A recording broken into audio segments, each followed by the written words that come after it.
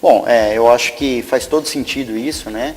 Como você falou, você tem que ter um anúncio, mas tem que ter um anúncio com qualidade. A partir do momento que tem tanto anúncio que a sua marca passa a fazer parte da paisagem de uma forma que não atraia, que você não enxergue, você não diferencie, realmente o empresário está fazendo anúncio e está desperdiçando tempo e dinheiro em meio a tantos outros anúncios. Sem dúvida. Então, essa comissão foi criada, uma comissão de estudos especiais na Câmara, aqui de Araraquara, para exatamente verificar, analisar, estudar o que foi feito em São Paulo, o que está acontecendo com esse movimento, o que está se espalhando em inúmeras outras cidades. Nós da PP em Ribeirão Preto já fomos convidados para analisar e para discutir, debater junto em algumas cidades do interior. Então a gente tem exemplos de outras capitais que já estão tomando projetos de lei nesse sentido, mas eu volto a dizer que Araraquara caminha para um estudo, para uma tentativa de adequação e não de radicalização.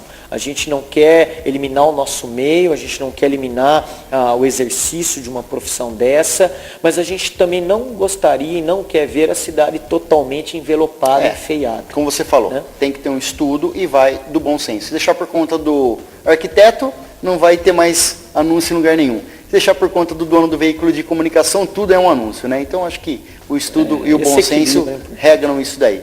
Nós vamos fazer um rápido intervalo, na sequência estaremos de volta.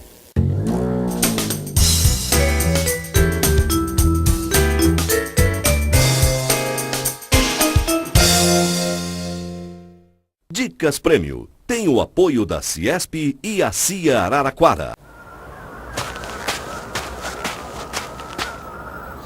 Quando você ingressa no Rotary, coisas boas acontecem.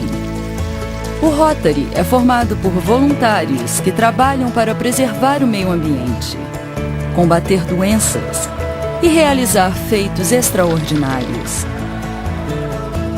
Mais informações no site rotary.org.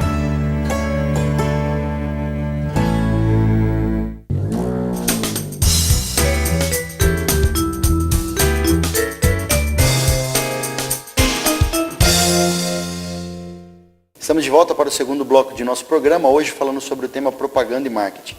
Aiello, bloco anterior nós falamos um pouco sobre o projeto Cidade Limpa, tal, mas existe também o projeto Novos Centros, que está totalmente linkado com essa nova realidade do mercado. Comente sobre esse projeto Novos Centros. Esse projeto é um projeto inovador, é um projeto capitalizado pelo SEBRAE, que teve como parceiro o SENAC, a Associação Comercial, o Sindicato do Comércio Varejista, implantado em algumas cidades, aqui em Araraquara foi uma delas, que teve uma repercussão interessante para o pequeno empresário, para o empresário do varejo. Naquela oportunidade, alguns anos atrás, iniciou-se um trabalho na Alameda Paulista, que era um corredor comercial interessante, era um segundo centro de maior importância em movimentação econômica da cidade. Depois se expandiu para outros corredores comerciais, com a tendência e a intenção de já aplicar nesse empresário uma mudança de conceito de fachada, de layout, de ambiente interno, de merchandising, até criar situações de gestão do tipo fluxo de caixa, treinamentos, capital de giro, enfim. É um projeto bastante interessante, tá? E Araraquara acabou sendo referência no estado de São Paulo por um projeto que está dando continuidade até o momento. É a modernização e a profissionalização desses empresários que participaram desse projeto. Sem dúvida. O varejo hoje movimenta, né, em termos de participação na economia muito considerável, então há um alinhamento nesse sentido para com o empresário de entidades extremamente representativas. Legal. Né? Bom, nós já falamos então sobre tendências de mercado, sobre a necessidade que o empresário tem de buscar boas agências e bons profissionais, mas eu gostaria de voltar na questão do profissional, do publicitário, né? Eu gostaria de falar então, para os publicitários que eu sei que nos assistem, quais são as tendências, o que a gente tem de melhor, quais são os caminhos que o marketing oferece para um profissional do mercado hoje, tanto que quer se reciclar, quanto um recém-formado, né? Eu gostaria de citar alguns tópicos e você me fala um pouquinho sobre eles, pode ser? Pode. Ok. Vamos começar então sobre o marketing esportivo.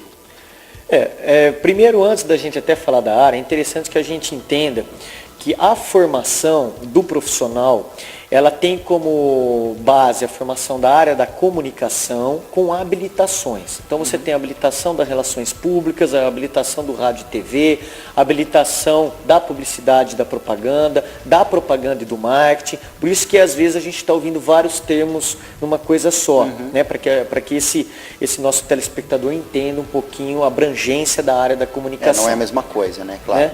Agora, sem dúvida que o mercado para esse profissional, Daniel, ele se abre assim com um leque gigantesco.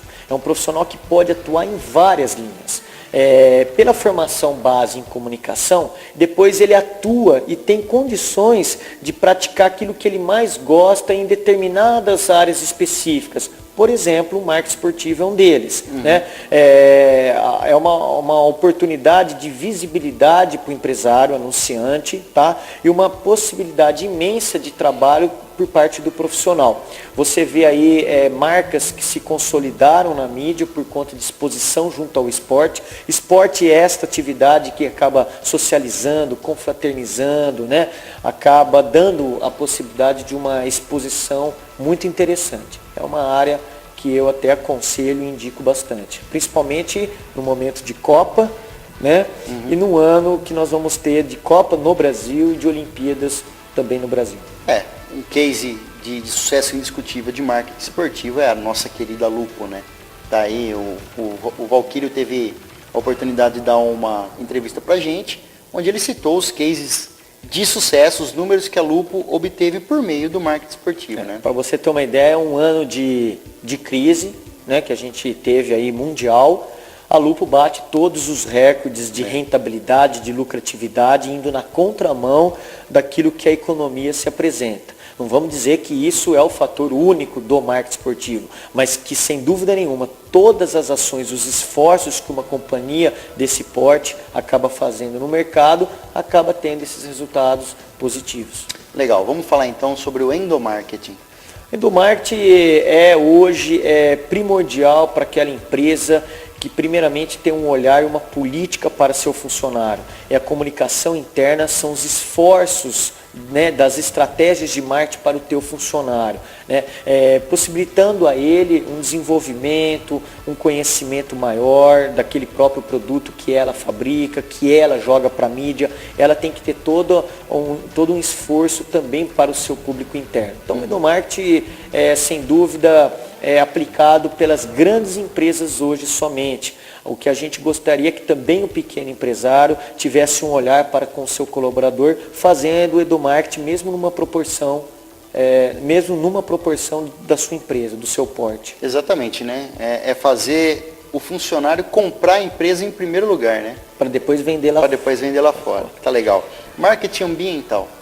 O marketing ambiental vem mais por uma tendência, né, que o mundo está acabando de discutir, né, tá efervescendo esse assunto, e o marketing ambiental possibilita ainda algumas coisas a serem descobertas, né, não está totalmente formalizado ainda, mas aquela empresa que hoje já tem um olhar para a responsabilidade social, sem dúvida nenhuma, este profissional vai ter com certeza as garantias de atuação profissional, porque nós estamos caminhando cada vez mais para aquelas empresas que têm a responsabilidade socioambiental. Então está aí uma área que eu acho que ainda, embora a gente esteja descobrindo, conhecendo, eu acho que vai dar um pega legal. Eu também daria um conselho, né? Você que está aí nos assistindo, está pensando em fazer uma especialização, responsabilidade socioambiental, está só engatinhando, né? Um mercado que vai crescer. Porque hoje em dia só se fala de aquecimento global, de ações de responsabilidade social,